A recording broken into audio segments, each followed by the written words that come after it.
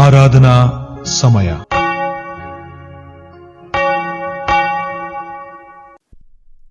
ಈ ಆರಾಧನೆಯನ್ನು ಆರಂಭಿಸುವ ಹಾಗೆ ಪ್ರಾರ್ಥನೆ ಮಾಡೋಣ.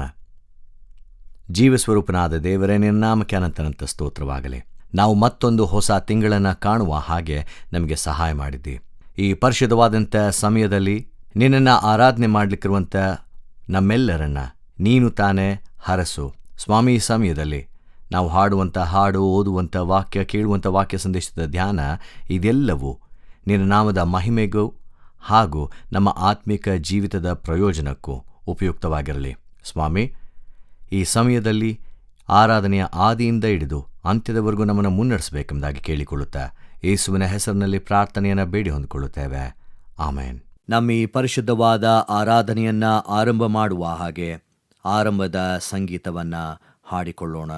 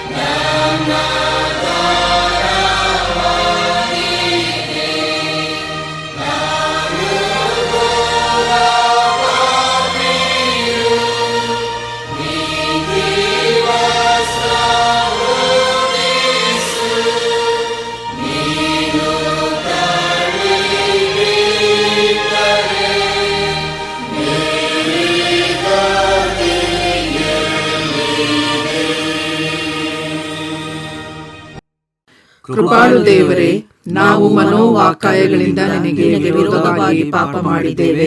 ನಾವು ನಿನ್ನನ್ನು ಪೂರ್ಣ ಮನಸ್ಸಿನಿಂದ ಪ್ರೀತಿಸಿಲ್ಲ, ನಮ್ಮ ನೆರೆಯವರನ್ನು ನಮ್ಮಂತೆ ಪ್ರೀತಿಸಲಿಲ್ಲ. ನೀನಾದರೂ ನಮ್ಮನ್ನು ಕರುಣಿಸೆಂದು ಬೇಡುತ್ತೇವೆ. ನಮ್ಮ ಪಾಪಗಳನ್ನು ಪರಿಹರಿಸಿ ನಮ್ಮನ್ನು ಶುದ್ಧಿಗೊಳಿಸು. ನಮ್ಮ ತಪ್ಪುಗಳನ್ನು ತಿದ್ದುಕೊಳ್ಳಲು ನಮಗೆ ಸಹಾಯ ಮಾಡು.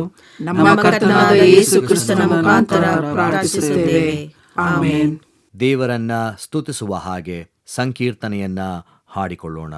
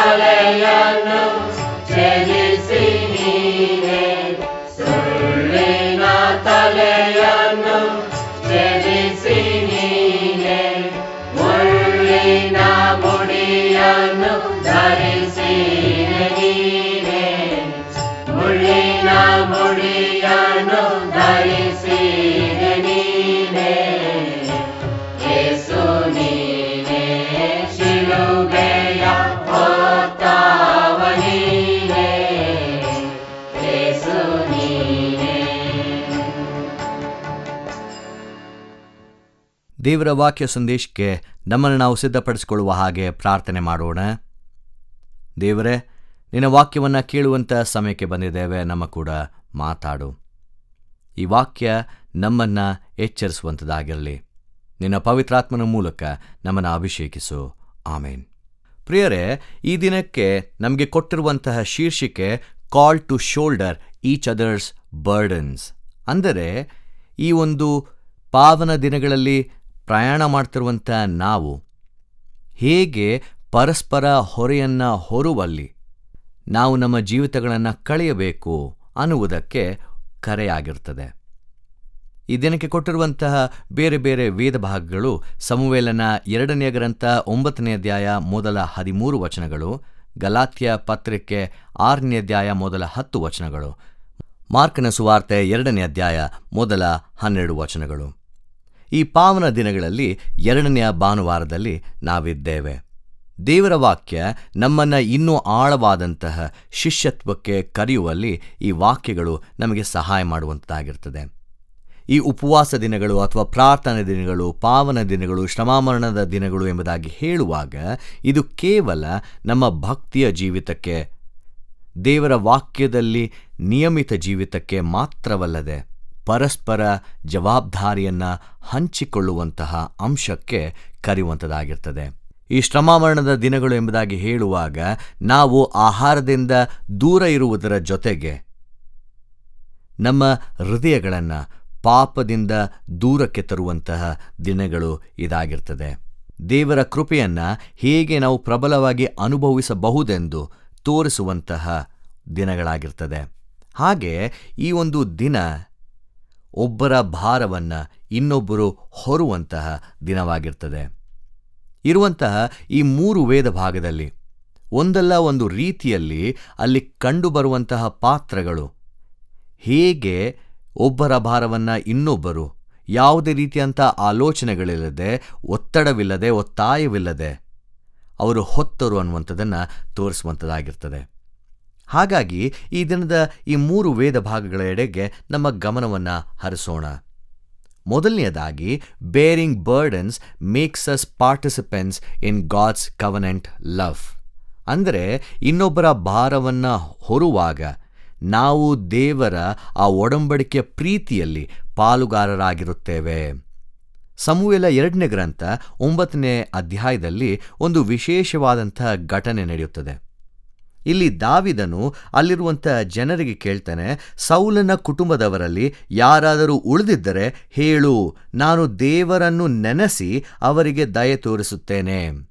ಆಗಿನ ಕಾಲದಲ್ಲೆಲ್ಲ ಹೇಗಿತ್ತು ಅಂದರೆ, ಒಂದು ರಾಜಕುಟುಂಬ ಆಳ್ವಿಕೆ ಮಾಡ್ತದೆ ಅಂದರೆ ಅವರಿಗೆ ಚಾಲೆಂಜನ್ನು ಒಡ್ಡುವಂತಹ ಯಾವುದೇ ಬೇರೆ ಕುಟುಂಬಗಳು ಜೀವಸಹಿತ ಉಳಿಯುವಂಥದ್ದು ಇರುವುದಿಲ್ಲ.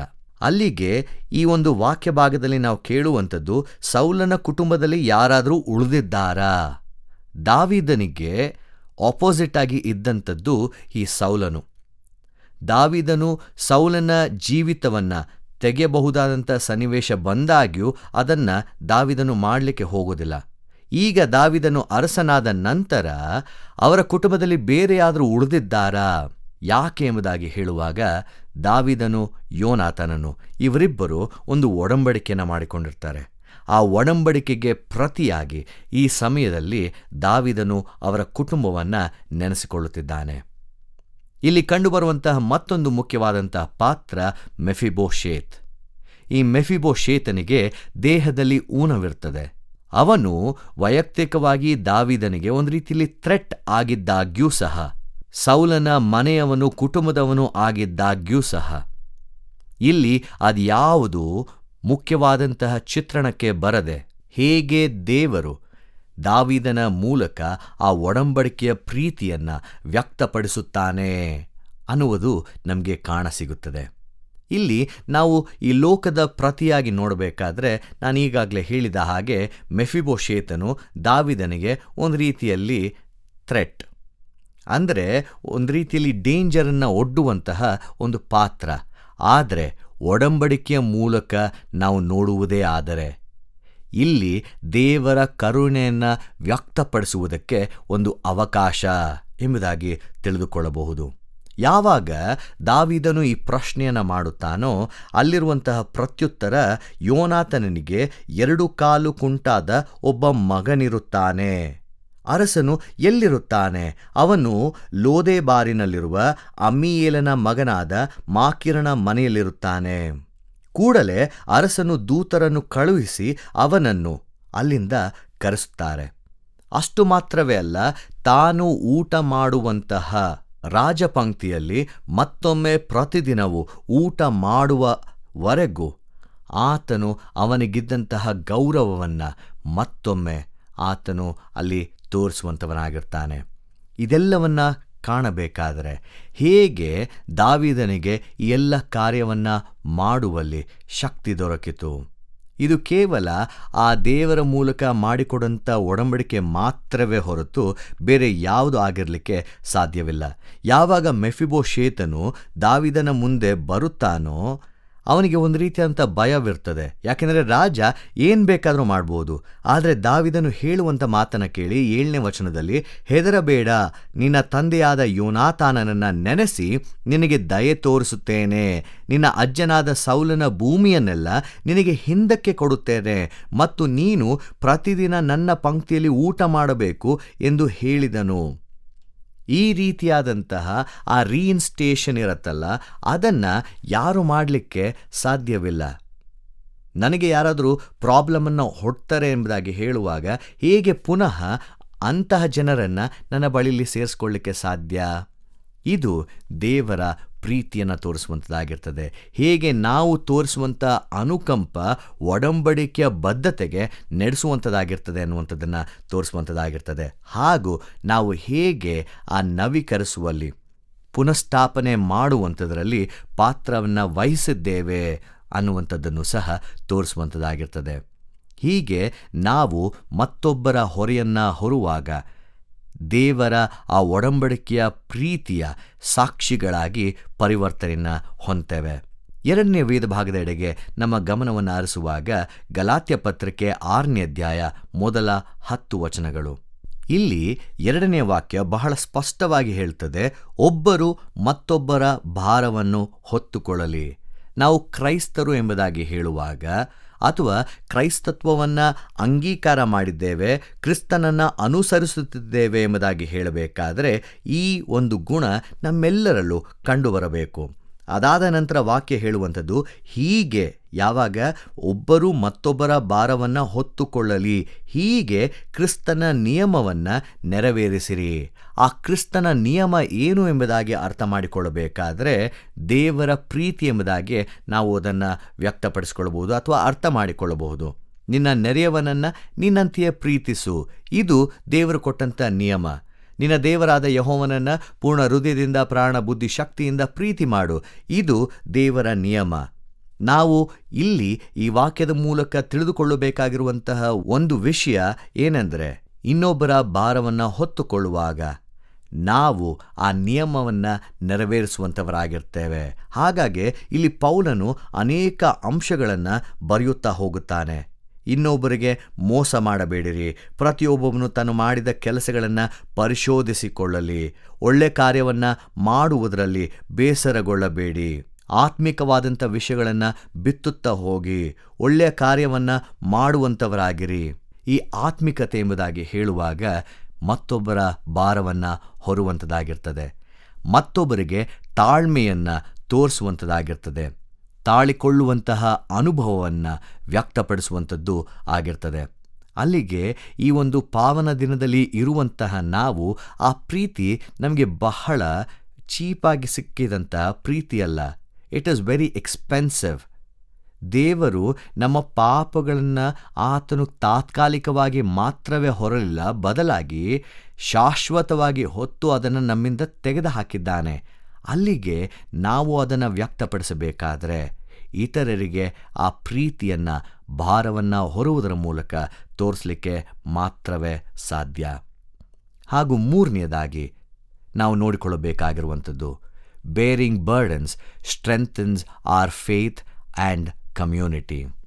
ಈ ಮಾರ್ಕನ ಸುವಾರ್ತೆ 2ನೇ ಅಧ್ಯಾಯದ ಮೊದಲ 12 ವಚನಗಳಲ್ಲಿ ಒಂದು ಸುಂದರವಾದಂತಹ ವಾಕ್ಯ ಭಾಗವನ್ನು ನಾವು ಕಾಣ್ತೇವೆ.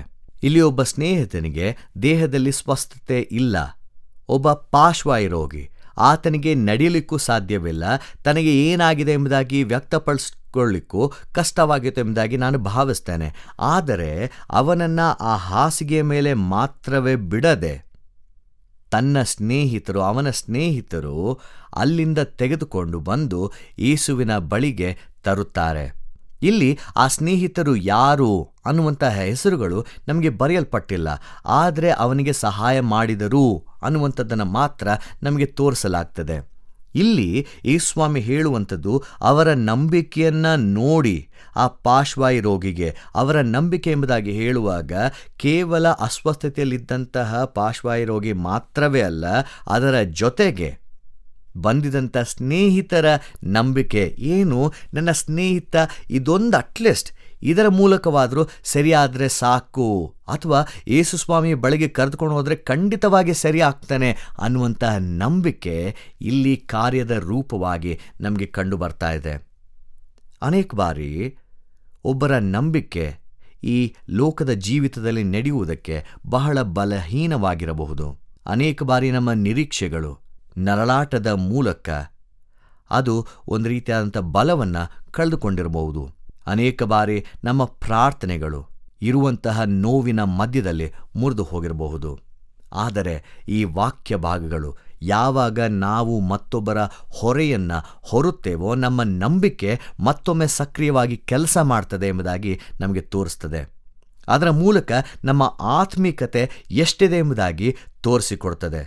ಅದರ ಜೊತೆಗೆ ನಾವು ಈ ನಂಬಿಕೆ ಜೀವಿತದಲ್ಲಿ ಒಬ್ಬರು ಮಾತ್ರವೇ ಅಲ್ಲ, ಜೊತೆಗೆ ಜನರೂ ಸಹ ಇದ್ದಾರೆ, ಸಮುದಾಯವಿದೆ, ನಂಬಿಕೆಯನ್ನು ಹೊತ್ತಂತಹ ಜನರು ಸಹ ಪಯಣಿಸುತ್ತಿದ್ದಾರೆ ಅನ್ನುವಂಥದ್ದನ್ನು ತೋರಿಸುವಂಥದ್ದಾಗಿರ್ತದೆ.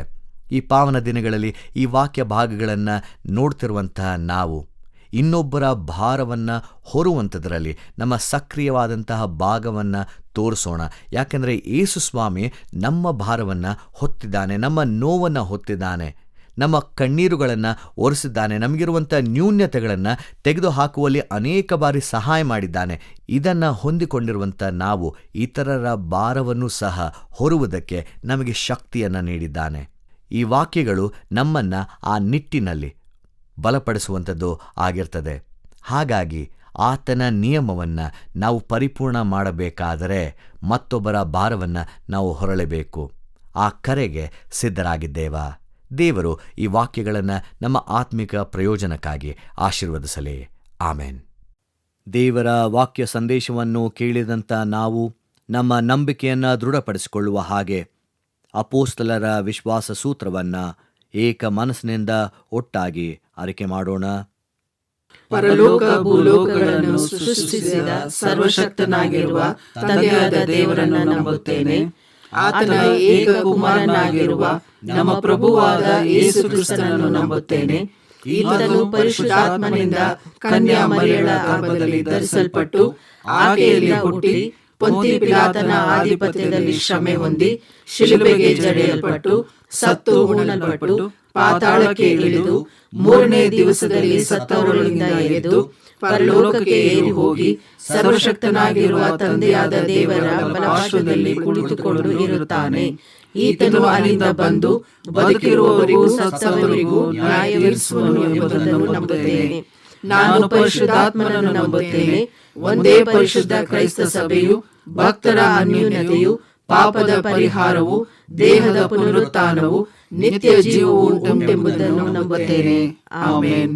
ನಮ್ಮ ಆರಾಧನೆಯನ್ನ ಅಂತ್ಯಗೊಳಿಸುವ ಹಾಗೆ ಕಡೆಯ ಸಂಗೀತವನ್ನ ಹಾಡಿಕೊಳ್ಳೋಣ.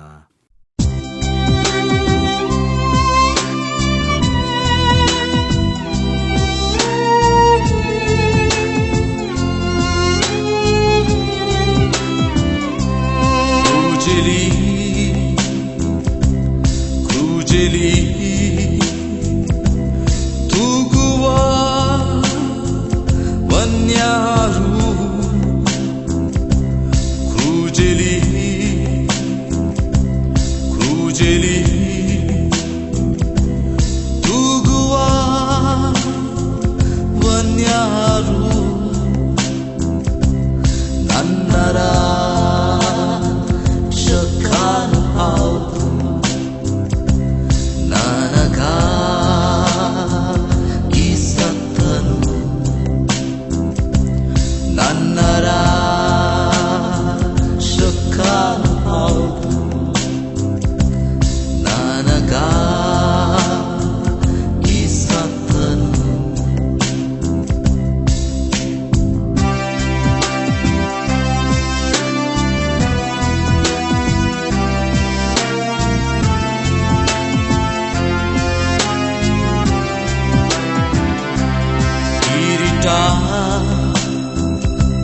ಕಿರೀಟ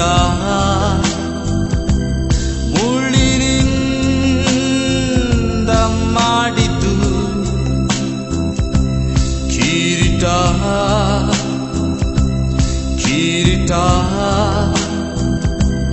ಮುಳ್ಳಿನಿಂದ ಮಾಡಿತು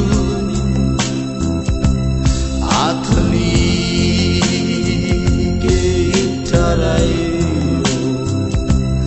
ಅಯ್ಯೋ ದಶ್ರಮೇರು ಆತನಿಗೆ ಇಟ್ಟರಯ್ಯೋ ಅಯ್ಯೋ ದಶ್ರಮೇರು